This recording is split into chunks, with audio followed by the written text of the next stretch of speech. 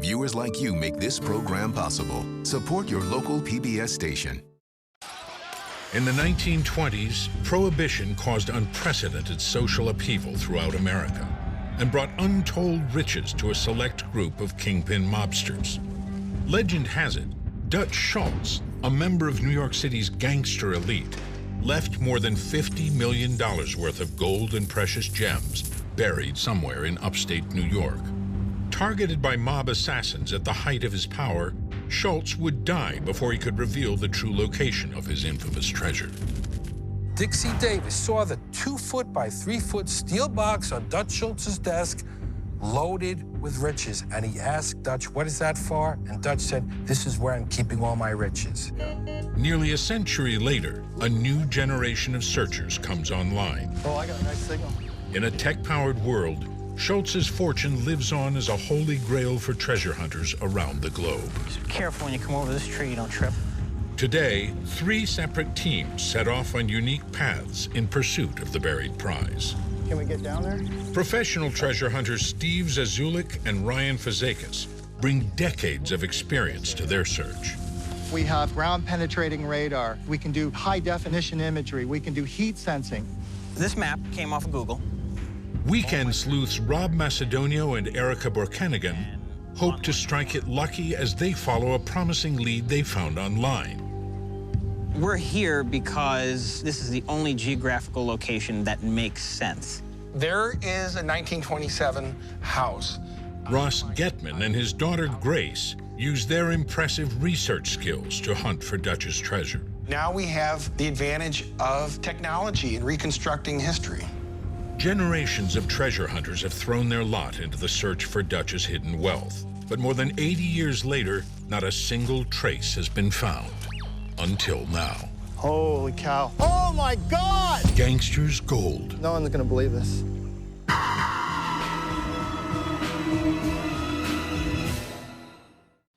So, yeah, I'm pretty sure we're Okay, right so where we got to be. Hotel's here. Right, and, oh, here's Frank. The man is here. Okay, perfect. Frank. What, guys? How's it going, buddy? You made it. Hey.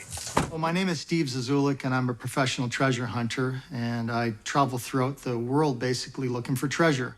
And I've been fortunate enough to be on some of the most amazing treasure hunts in the world. Steve and I work well together. We complement each other. It gets tiring out there, and it's great to have a shoulder to lean on and somebody to work with. So this is an awesome property. Back here, we think that there's a cave where Dutch Schultz hid his bootlegging liquor and possibly treasure. Nice. Steve and Ryan begin their search at the ruins of a hotel along the Hudson River outside Yonkers. Their investigation has led them to believe Schultz may have used the abandoned site to hide his elaborate bootlegging operations from the law. We've got the map. That's going to lead us right back there, and hopefully we can... Diligent research has uncovered a vintage street map of Yonkers that helps the team pinpoint their search.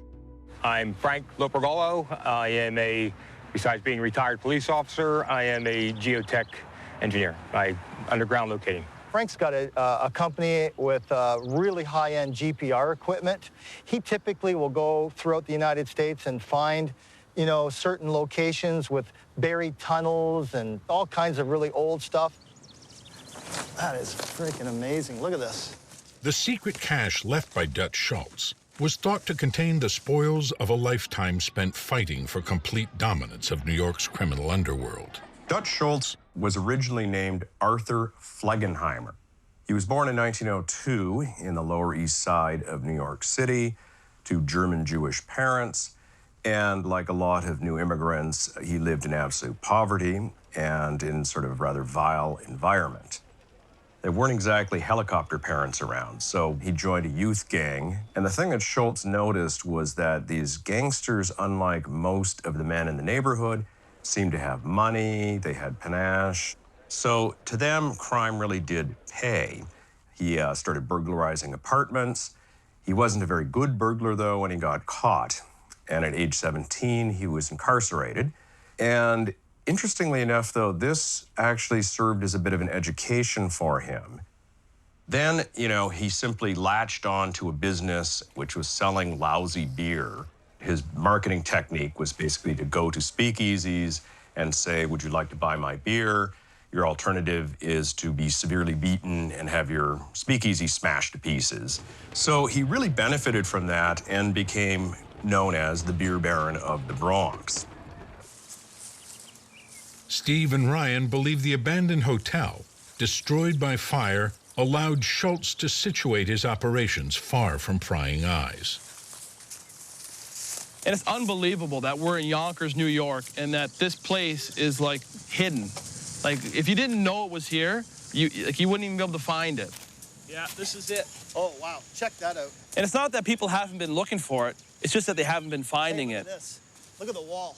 And both of us have the drive. That's what's really key for us, is we've got the drive to find treasure. What's the deal with this thing? Why are we looking for a cave entrance down here? Dutch Schultz kept all of his booze in here. So if it's a spot where you're going to hide stuff, if he trusts his booze here, he could have had anything in here.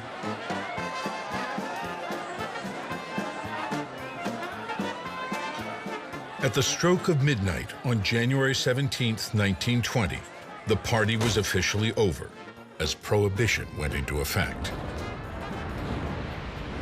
Prohibition was now the law of the land. And this was the rather well-meaning but ill-fated attempt to ban alcohol in the United States. And into this void came gangsters who were very happy to supply what a lot of Americans wanted. Dutch Schultz would fight his way to become one of the most powerful and ruthless gangsters of the Prohibition era. Oh, he was good. As far as I'm concerned, I don't know about anybody else. He was good. He was good. I got along with him good. Was he funny? Was he smart? Yeah, a lot of jokes and stuff. Yeah, he was a good family man. Yeah. But if you stepped on his toes, you were in trouble.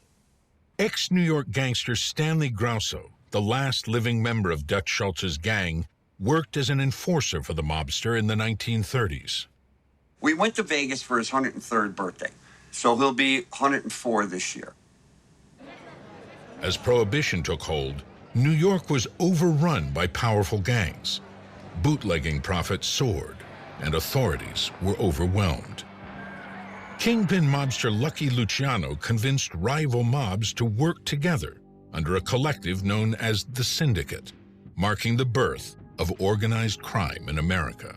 What Lucky Luciano did was dividing up organized crime gangs into what he called families. And this is sort of a reflection of the Sicilian heritage, family-oriented, so we're going to call these gangs families. Initially, they were 5 families. They were the major gangs in New York City and New Jersey, and each one had a sort of carefully delineated territory. The Gambino family ran Queens and Brooklyn. The Genovese family took Manhattan. The Lucchese family had a presence in the Bronx. The Profaci and Bonanno families shared Brooklyn, and the outsider, Dutch Schultz, ruled over the Bronx and Harlem. In our days, you could step on anybody you want because there were no mobs. Everybody was for themselves. There wasn't such a thing as a godfather. There were 5 families. There were no godfathers. That's what the Federals wanted the people to believe, so they can whack the 5 families, make them think they were gangsters, and which they weren't. They were only businessmen. Yeah, that's all. They all had their jobs to do, right? Yeah. This is your territory, that's your territory, south, west, everybody. You don't go to north to south. You stay in your own. If you stop moving, then there's trouble. And according to legend, Dutch used to settle arguments with a baseball bat, that somebody would give him a mildly offensive insult, or there'd be some tiff in the patrons, and he would wave in there with his bat and settle all problems. He was a cheapskate.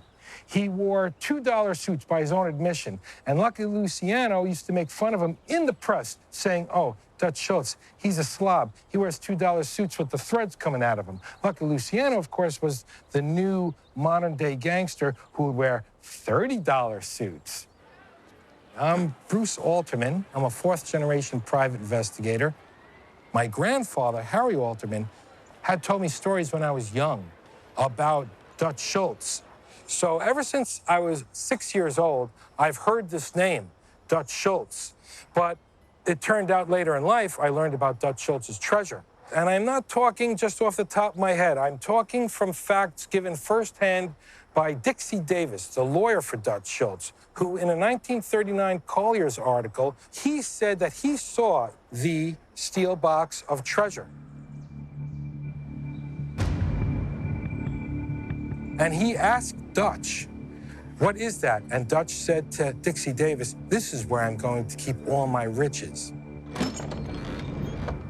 It's a box approximately 2 feet by 3 feet, made of steel, full of diamonds, full of gold coins, full of $1,000 bills that have gold backs on them. And it's just a matter for someone now to find it.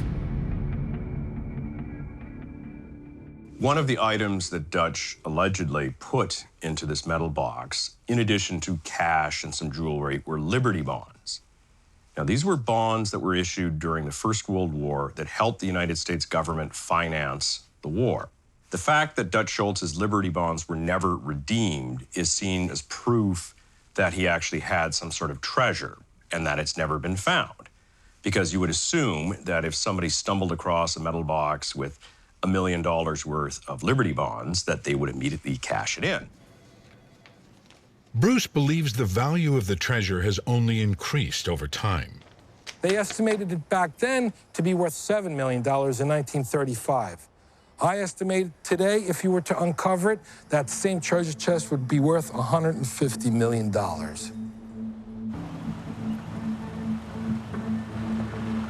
Inspired by the legend and lore of Dutch's cash, generations of treasure hunters have journeyed to the Catskill Mountains in upstate New York.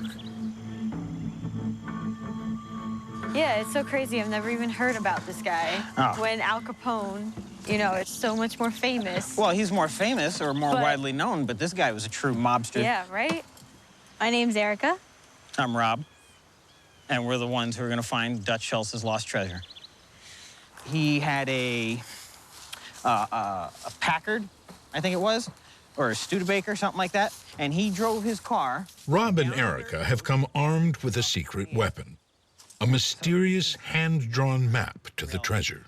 Over here, I'm a volunteer firefighter and a full-time truck driver, so I don't get a lot of spare time. So when I do, I like to go out treasure hunting and the potential of finding amazing, wonderful things. So I love Rob. You know, he's like a brother to me. So when I got the call, you know, to find this treasure, I'm like, you know what? If there's anybody in the area who's going to find this treasure, it's going to be Rob. And if we look at our map, okay, we have a pine grove, which is also listed right here.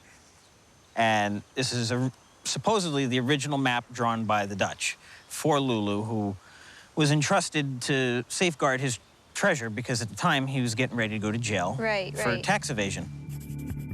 Ostensibly linked to Schultz's personal bodyguard, Lulu Rosencrantz, the map has long been central to the treasure's lore.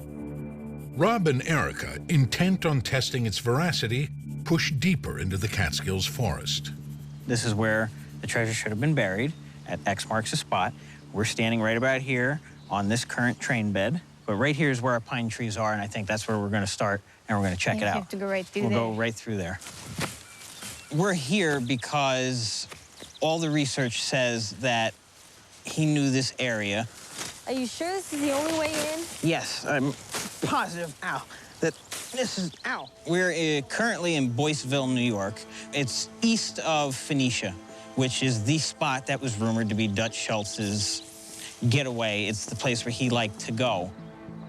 For decades, scores of treasure hunters' hopes and dreams have played out in the Catskill wilds, surrounding the town of Phoenicia. And to this day, it remains a hotspot on the trail to Schultz's riches. He came up to Phoenicia. Everyone loved him in Phoenicia. He'd come up to the Phoenicia Hotel and buy everyone dinner. Everyone knew him. He'd stay around here. He loved the people knew him. He was very familiar with everything because he had his distilleries out in the notches of these mountains. So he was well acquainted with the area. To keep the taps flowing, Schultz set up commercial bootlegging operations deep in the Catskills, far from New York City and its droves of prohibition officers. Under cover of night, his fleet of trucks would trundle into the city, the precious cargo secured by his growing army of strongmen.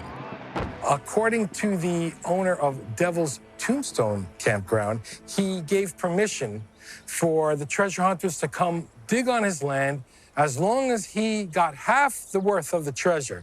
Well, he woke up one day to a giant backhoe on his property, digging a 20-foot by 10-foot hole, and he was at his wit's end saying, "Everybody get out of my campground, you made it look like the moon." Back in Yonkers, the search continues for a hidden cave tied to Dutch's treasure. Now, what about up top? Do you think you might be able to get a GPR reading? It's a lot of rock, but we could probably get a shot inside. That would be awesome. I mean, if we could actually verify that this is the cave that went to the hotel, that would be epic. Yeah, I want to show you something. Take a look at this wall. Take a look at this structure. You see by the rock work, we know this thing is period. It's at least period. And then go down there and look at that building built on top of that wall. What's that remind you of? Some type of house, I have no idea. Like a guard shack or a gun turret? It makes perfect sense. You got a guy up there with a machine gun, right? I could just see it.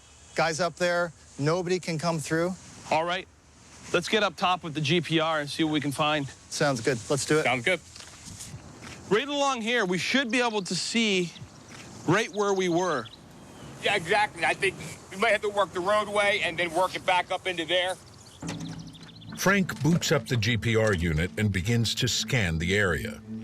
The team hopes the technology will find evidence of a cave potentially used by Schultz to stash his riches. Are you getting anything at all? I am. Ground-penetrating radar sends thousands of radio waves deep into the Earth every second. An onboard antenna records these waves as they interact with materials underground, creating an intricate 3D scan of what lies beneath. Come on over, check it out. This is your road surface, and what you see here is open. About 12 feet to 15 feet. Look at that, eh? Now, that's one swipe, but at the right depth, it's open. Like, it's incredible that he would have brought that out right away, right over the spot where we were below. And on the screen, I saw it. The screen showed a cave below, and exactly the right spot where the hotel was. And the tunnel came up, and the booze and everything else would have gone right down through, down below. That was Dutch's man cave. That was Dutch's man cave. Everybody's got one. That was Dutch's. In October 1929, the worst stock market crash in the history of the United States brought financial ruin to millions across the nation. The Black Friday, the stock market crash, the trouble started. That was when who jumped out of windows. This had not just an economic impact, because obviously a lot of people were impoverished. It had a huge sociological impact. People weren't spending money, they weren't putting it in the bank, they weren't putting it in the stock market, they were often literally putting it under their mattress. The Dutch was smart. He didn't play the stock market. He put it under the mattress. He put the money under the mattress. People didn't trust the banks. They put all their wealth in a box and buried it. There were stores selling these safes at the time, specifically called burial safes. I'm willing to bet if there is, in fact, a treasure, that it's going to bear a lot of cash and a lot of gold, because during the Great Depression, gold hoarding was a big deal. And I think we're going to find more gold than anything if we do find anything. He loved gold coins because they were untraceable. They were easy to transport, easy to pay people. So if someone received a payment for Dutch Schultz, he would give him 2 or 3 gold coins and say, here, and you can transform it, you can melt it, you can put it into different shapes. It's easily transferable, and everyone loves gold. Everyone. In terms of what we're talking about millions. If it was $7 million in 1935 dollars, might be 40 or 50 or 60 million today. I like that number. It all boils down to where did Dutch Schultz put his head on April 12th, 1935? What's that supposed to mean? Well, he left where he had the iron chest. My name is Ross Getman. I like true crime mysteries, and I think of myself as a bounty hunter. This isn't about visions and fantasies and nothing better to do. This is about a love of library research and a confidence that the right historical research can solve cold cases, even dating to 1935. So he left. In 1935, Dutch Schultz stood trial for tax evasion in Syracuse, New York. Ross and his daughter Grace live in Syracuse and are convinced the treasure is buried nearby. And they had a decoy automobile, and that was... That sounds like the plot of a bad spy movie. No, it sounds like the plot of a good gangster movie. My name's Grace Getman. I'm a junior, and I live in Syracuse, New York. That madman you just talked to is my father. Well, he left where he had the iron chest, and then he went to Syracuse. But he didn't show up for a couple of days later. He and Lulu, Lulu was the only one. In a mystery like this one, you really need someone who can do the research, find the facts, and have the actual information. I mean, if you show up in the middle of the woods with a metal detector, great, but where does that really get you? You need to know where to be.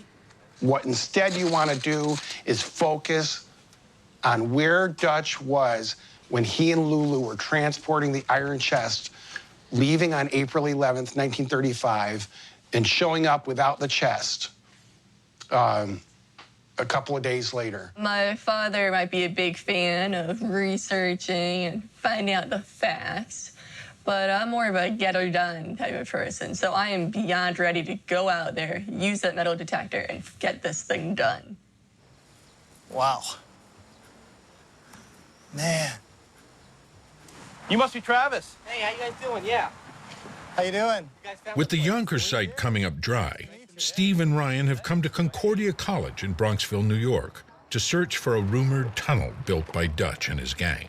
So tell us a little bit about this. Well, this is one of our dorms now, but allegedly, once upon a time, it was owned by the gangster Dutch Schultz. I lived here for a couple semesters, and so I'm a little familiar with the place. Supposedly, there's a tunnel that goes from this house straight over there to Ward House. Wow. But even older than that, it was supposed to be a tavern, apparently. Oh, my. Okay.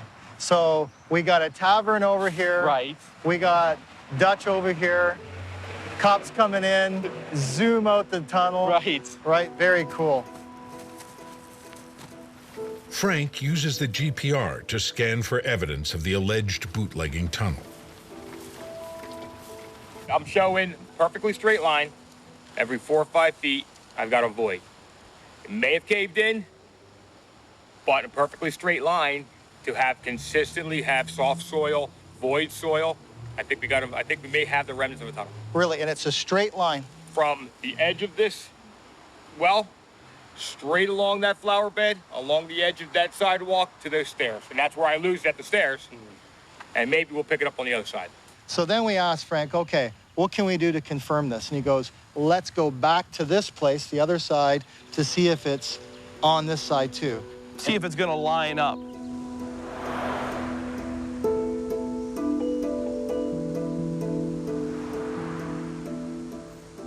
Every pass I've made so far. Oh my gosh, look at this, look at this. Dead on. And it's perfect. It's right on that line that we had across the street. The line across the street's a little shaky. Yeah. This line is dead on every single time. That's incredible. You got yourself a tunnel. Oh my God. That's incredible. Whoa. So now they're saying that quite possibly, we've been talking to the historians about this. Yeah. And they're saying that this treasure could be worth $150 million. Right? And it could be right here. Could be right under there? Yes. Oh, man.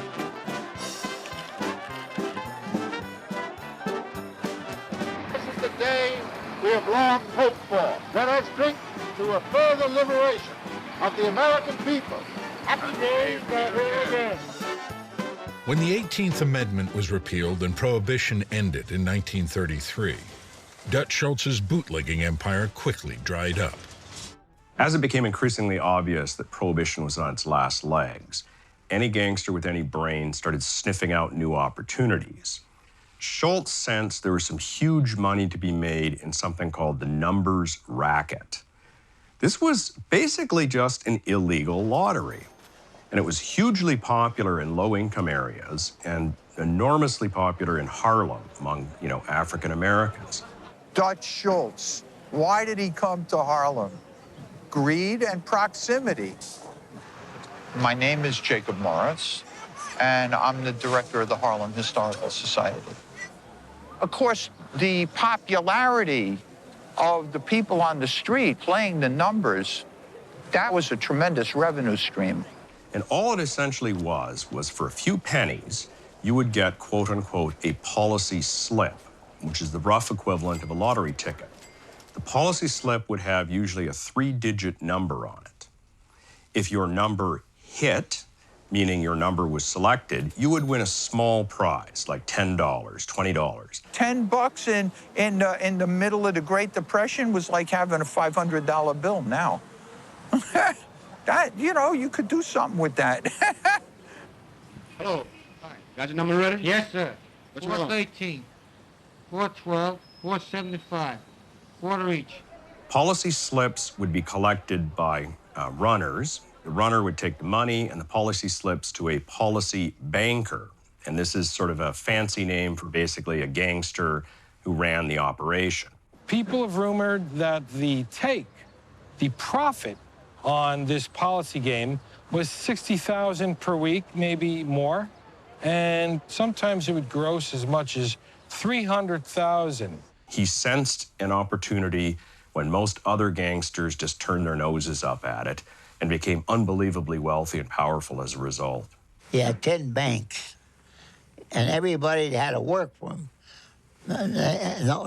Nobody owned nothing. He took possession of everything. Now, for the last time, are you going to keep out of our territory or not? I'm not. At barely 20 years old, Stanley began working for Schultz as a strongman, But I don't need any protection. collecting protection money from the mobster's many victims. How I met the Dutch was in the Bronx.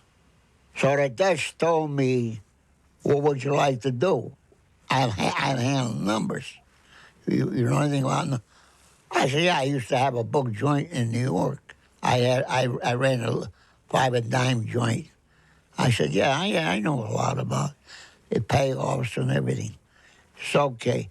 I want you to work as an enforcer to take care of things. See, them days, you want to whack somebody, you'll do it. Nobody have to say nothing. One of the only people to resist Dutch was a fascinating woman named Stephanie St. Clair. She was an African-American woman. This is quite unusual in gangster circles at the time. She was fabulously wealthy. She allegedly had 40 runners. So she was a tough nut to crack, and Schultz tried to initially charm her in his Weasley, oily fashion. So he went to the madam and says, make sure that none of your boys move in. They got to work under me. He tried to intimidate her, and that didn't really work either. And to Schultz's astonishment, she fought back. The war between Madame St. Clair, with Bumpy Johnson as her general, Right. and Dutch Schultz and his forces went on for a couple of years. Yes. So you're talking about 300 Tommy guns against a few revolvers up here in Harlem. You know what's going to win. Dutch Schultz is going to win. When you're that kind of a guy, right? Kind of a guy that, He right? supposedly killed 200 people by himself. Ruthless. Absolutely ruthless. Yes. Right? They said you could spit at him, you could call him names, but if you steal $1, you're dead.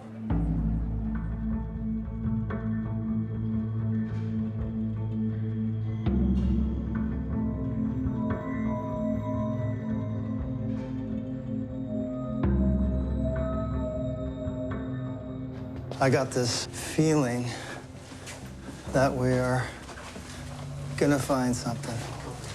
Wow. Wow, I got this really. So it would have been like from the outside, I think, further down. Yeah. Grab this down there. Possibly in here. Yeah, there's a lot of rooms down here. Oh, look at that. That's what.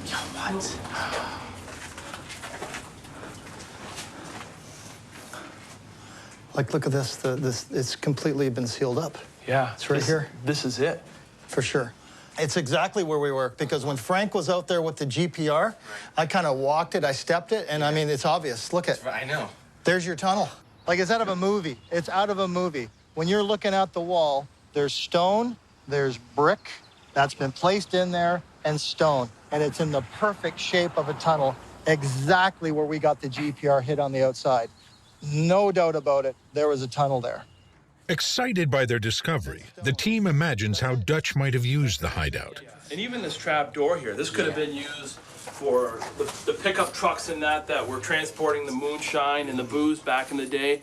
They You're right. back up. You're absolutely load right. up the moonshine, the prohibition, open the door.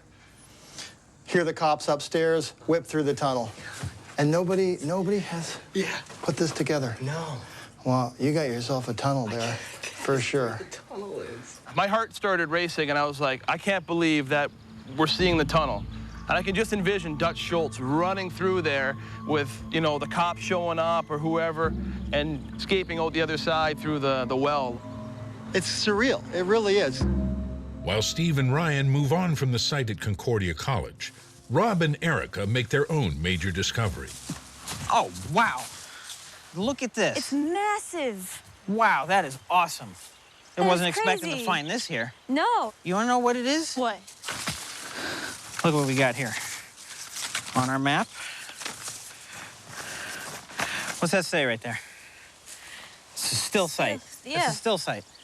This is a still. This is a still? This is where they made moonshine. I'll bet you anything. Wow. They heaved this thing in here, and they were cooking shine right here. Wow. Right here next to the river and everything. Fresh water source, out of the way. There's the pine grove right back there that we just came through. Now, we've got what? We've got a foundation over here, which we checked out. That was on the map. We've got the road leading in. We've got the train tracks. We've got the old train bed. The pine trees. Okay, everything is pretty much here on this map that says, you know, it should be here with the exception of the Schultz treasure. It's proof that this map, you know, is legitimate. I think we're onto something. That's insane. We're onto something. This is awesome. Tim, the men. Welcome to Foxfire. Fantastic. How was your trip? It was okay, a little traffic. Bruce pursues a lead he discovered while researching Johnny Kid Troy, a champion boxer connected to Schultz's inner circle. We just moved to the Catskills not too long ago, my wife and I.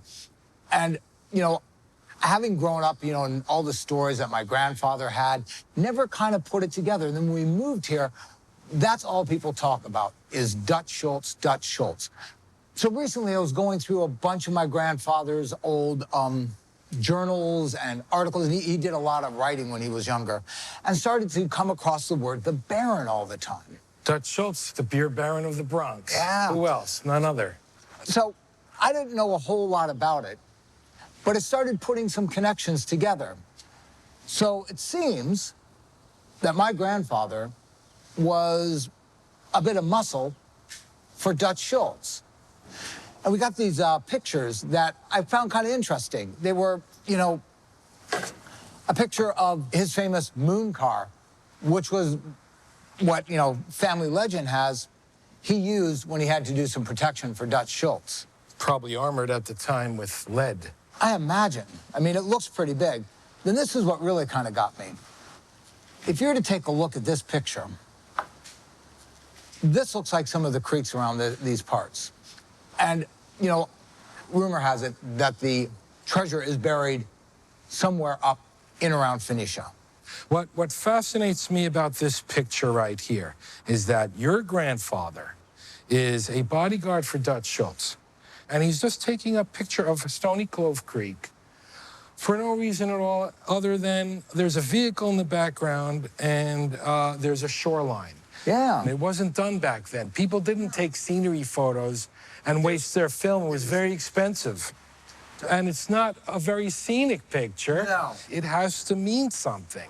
Yeah. Now, my contention is that they transported the heavy steel box. Right. And they buried it along Stony Clove Creek.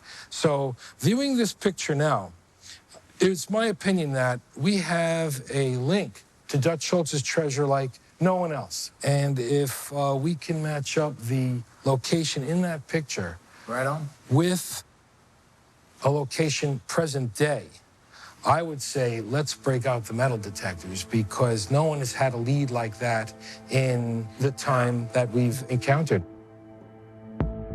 With the incarceration of Stephanie St. Clair in the early 1930s, the long-time battle between Schultz and the Madam of Harlem ended. With his formidable rival behind bars, Dutch now had complete control of the Harlem numbers racket. And to the astonishment of his fellow gangsters, he starts making an unbelievable amount of money. There's one estimate that put his annual take at $10 to $12 million, just from numbers. And this is 1930s figures, so you have to multiply that by about 8 to get a modern equivalent. And this really put Schultz on the map. This put him into the criminal stratosphere. Despite his notoriety and immense influence as a kingpin mobster on the streets of New York City, Dutch Schultz was entirely unaware of the powerful government forces gathering against him. In the early 1930s, Dutch Schultz acquired his most formidable adversary. And interestingly enough, it wasn't a fellow gangster. It was a straight-shooting lawyer named Thomas Dewey. Dewey had it up to here with him. See, because the Dutch wanted power. When he found out that Dewey was after him and wanted to send him away and all that, and that's when the fireworks started. From the beginning, Dewey faced an almost hopeless job, clearing out gangsters and racketeers whose hold upon the city had been tightening through years of Tammany rule. Mr. Dewey, you have been given a most difficult task, but the opportunity of helping the people of this city. Thomas Dewey was born in Michigan, went to Columbia Law School, and was very much a straight arrow, very hardworking man, very determined to crush organized crime, and set his sights on Dutch Schultz. And the Dutch says, look, you tell Dewey I'm running this. All right, then Dewey, then the Dutch had to find a way of getting rid of Dewey, because he's the one that's going to, and that's how it started. Schultz actually went through 2 different tax trials. First trial is in Syracuse, New York, in early 1935, and lo and behold, no one really wants to testify against him. Go figure. So, all these witnesses don't testify. The jury says they can't reach a verdict. Dutch's first trial ended in a hung jury, but a retrial was promptly ordered to be held within 3 months. As the threat of jail time crept ever closer, the need for Dutch to protect his riches became urgent. Bruce Alterman believes Schultz struck a deal with Willie Sutton, the most notorious jewel thief in America, buying scores of stolen diamonds to stash within the confines of his steel box. Well, we're on 47th Street, New York City, home of Mitch Eggenberg's Elegere. And he's an expert in setting diamonds and precious jewels into settings. And we're going to find out what the diamonds look like and what potentially could be in Dutch Schultz's treasure chest. I would hope he was smart enough to disassemble all the jewelry. Because once you take the diamond out of the jewelry, it's a non-traceable stone. All right, so here we're looking at an all-minor stone, and this stone is $50,000, this stone is $80,000. There's $130,000 here. Those are from the 30s. That's what I'm looking for. The 20s and the 30s. We know that there were Rosenthal diamonds that were heisted by famous jewel thief Willie Sutton and fenced through Dutch Schultz. And he dealt primarily with jewels, you know, because jewels were light. They were much lighter than gold. Easy to move around. Pretty much untraceable at the time and now. If Willie said that he heisted $150,000 of diamonds in just one heist, what are they going to be worth today? A value of $150,000 in the 30s today could easily be worth anywhere from $1.5 million to $2.5 million. These stones, if they exist, I hope I'm the guy that finds them. Well, there is a 1927 house on Klein Island out in the middle of Seneca River. Let's check out that 1927 house before it collapses. During Prohibition, various islands in upstate New York were used by gangsters to conduct their illicit activities in complete secrecy. Ross believes Klein Island near Syracuse may have been one of these hideouts for Schultz. Look at that. 1927, now ready to collapse in on itself. What we need to do is find a safe way, with permission of the owner, to explore the inside of the place to see whether there's any sign of life in the 30s here. That doesn't look too safe. Yeah, Are you no. sure you want to go inside? It's amazing that it's still standing. I wouldn't really call it standing. Way too dangerous to go in. Yeah, that does look a little dicey. But there must be spots that, if we use a GoPro with a flash, it'll illuminate it. Well, what did Dutch use his island hideaways for? Well, what they would do is they'd have the privacy to drink, which was illegal, gamble, which was illegal. Certainly knew how to have fun. And this is the only island around, and this was the only house on the island. I've tried to get in touch with the owner who built it in 1927, but he hasn't gotten back to me. He's pretty reclusive. Gentlemen, how you doing? Welcome to Sirs. Excellent. Bruce and Tim share the details of the photograph with Steve and Ryan. Now, if you look at this picture, we have a 1935 vehicle next to Stony Clove Creek. Nobody's going to bring a 300-pound steel box up a steep mountain. No. They're going to take a hand truck and wheel it in a few hundred feet.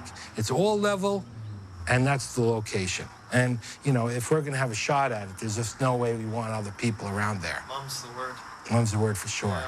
Yeah. When you see that photo, like me inside, I'm just like, I want to like target exactly where that photo was taken and start there. That's where I want to go. I think you guys need me as much as I need you. Yeah, you need my information, I need your treasure hunting abilities. Bruce is intent on convincing Steve and Ryan to join forces with him. They must put their current work on hold to pursue the lead discovered in the photo album. Like, what do you think, Ryan? Yeah, I think we should not spend any more time at those other locations. Yeah, we don't want to waste any time. If you, like, you got me convinced. And then you'll get the G30 jet, you'll get the Ferrari, and I want the high-rise condo above the Russian guy. On the 101st floor in New York City. Okay, sounds good to me. And we'll have a party. Sure.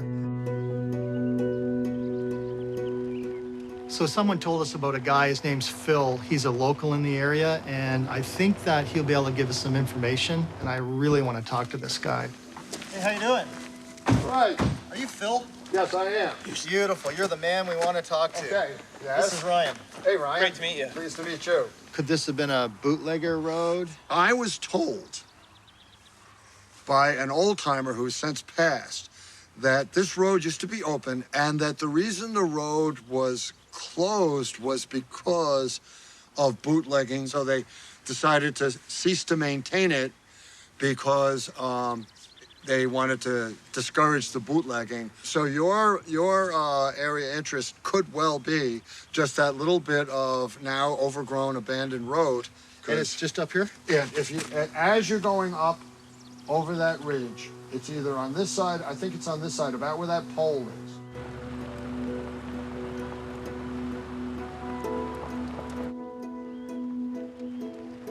We talked to the old man, Phil, and the road leading in here, he told us the stories and how the hotel and the railroad and the rum running all was going through here, so it just seems like an obvious spot for us to detect.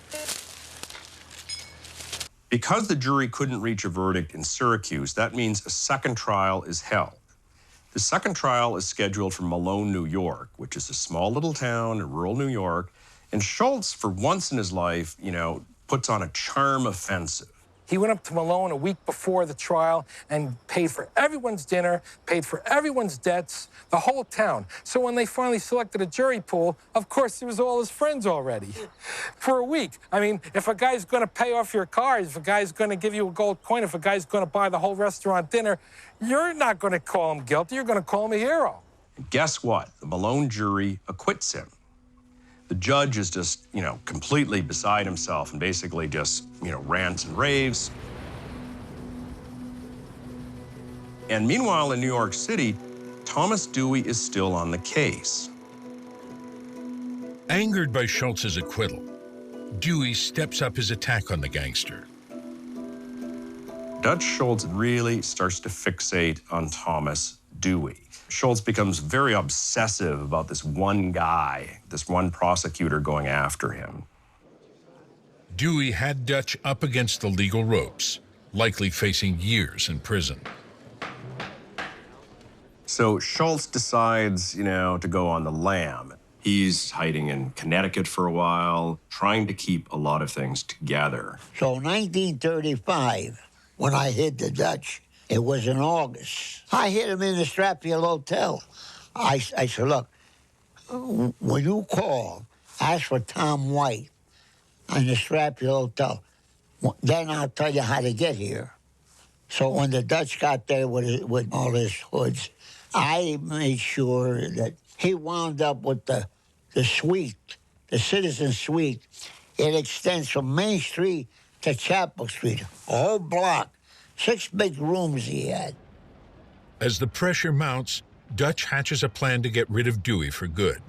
And true to the gangster code, he seeks permission from his mobster peers at the syndicate.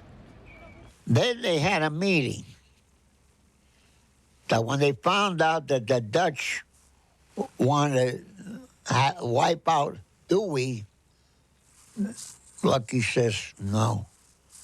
If you wipe out Dewey, we all can go and drop our pants. We will be all out of business because he's a big man, and the federal and everybody's working for him. He will wipe out all our places. And that's when Dutch Schultz supposedly went off the handle at the meeting, which was never done. They were very cordial men. Lucky Luciano had a very nice tailored suit. They all sat down very nicely, except Dutch Schultz blew up, exploded, turned over a table, and started screaming at them, which really went against their grain, because they didn't like Dutch Schultz anyway. No one liked Dutch Schultz. He was a cheapskate, he was a braggart, and he was a bully.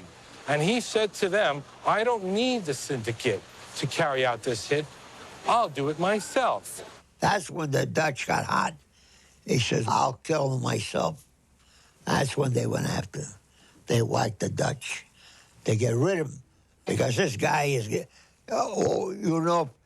he he killed the Dutch himself, the Dutch killed Dewey himself.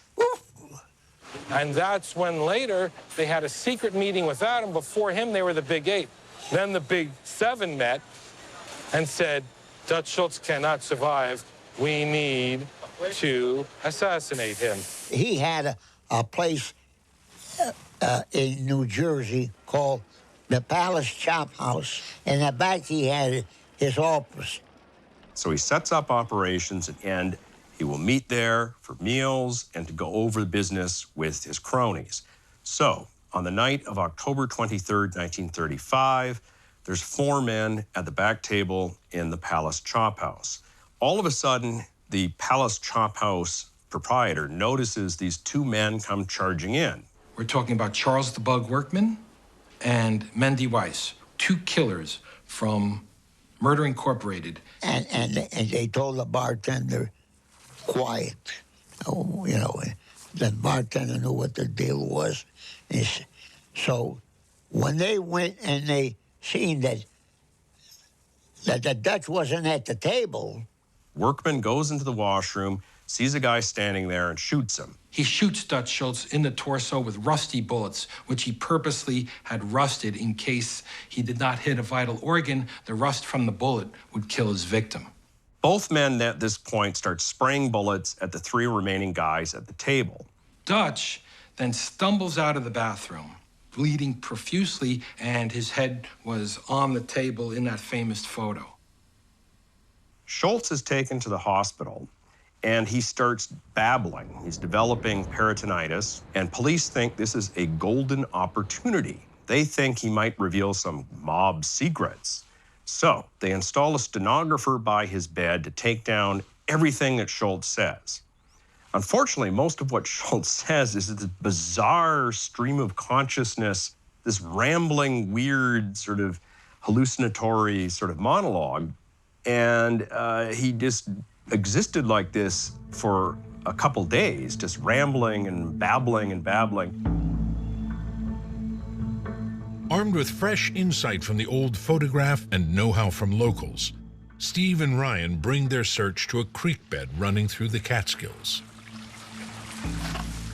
Like if you see any old trees, like do around the bases of any old trees or anything like that, you can tell this whole area is old.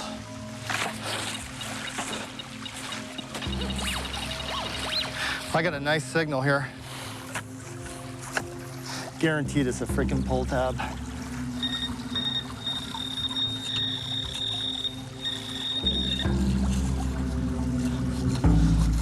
Holy cow. You're not gonna believe what I just saw. Oh my God. What? Is that what I think it is? It's a coin. This is unbelievable. No one's gonna believe this.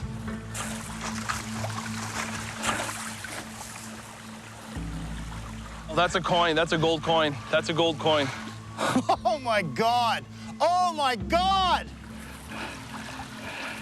Oh my. Here, take it, take it, take it. Is it? It's a gold coin. 1903. Is there a possibility that somehow or another that, I don't know, the freaking thing was somewhere in here and it opened and these things would have went down with that flood? Is that possible? Yeah, for sure. Maybe he's buried it close to the edge of the river. And it just from erosion, it's Ryan, look at this smashed thing. it open. Look at that freaking coin. Unbelievable. Who would have thought? I don't know, I'm still shaking. I think I actually I got some heart palpitations, so I gotta calm down a little bit. The coin Steve and Ryan discovered is known as a Liberty Head Gold Eagle, a $10 coin used in America throughout the Prohibition era. Dutch Schultz died from his injuries on October 24th, 1935, less than 24 hours after being gunned down at the Palace Chop House by syndicate assassins. With the death of Schultz, Stanley Grosso quit the mob and struck out on his own, working as a loan shark from the Stratfield Hotel in Bridgeport, Connecticut. When he got killed, they knew who I was, so I couldn't move. And I quit. And I quit. I quit and I a family man again. Maybe a few places I played cards or stuff like that. And then that's where I had trouble with my wife at divorce. Because she was afraid that something would happen to me. She didn't want to get involved. So she said, either you quit, she ripped down all the telephones, either you quit or I'm divorcing you. So here you go, divorce, I'm enjoying myself.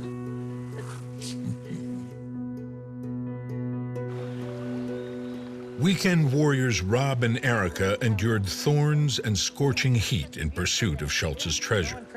But for now, luck has evaded them. A site this big, it's going to be really difficult.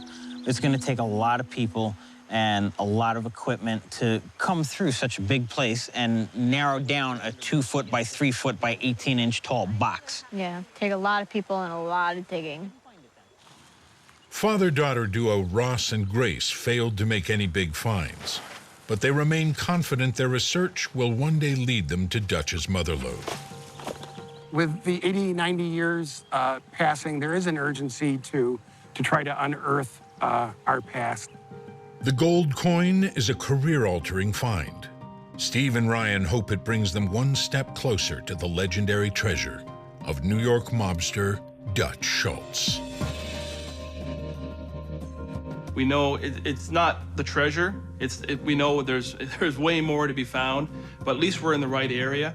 It's kind of like a breadcrumb. It's leading us down a trail to possibly the big hit. We not only need to search this area, but we have to do it fast before other people find out. So yeah, the hunt's on.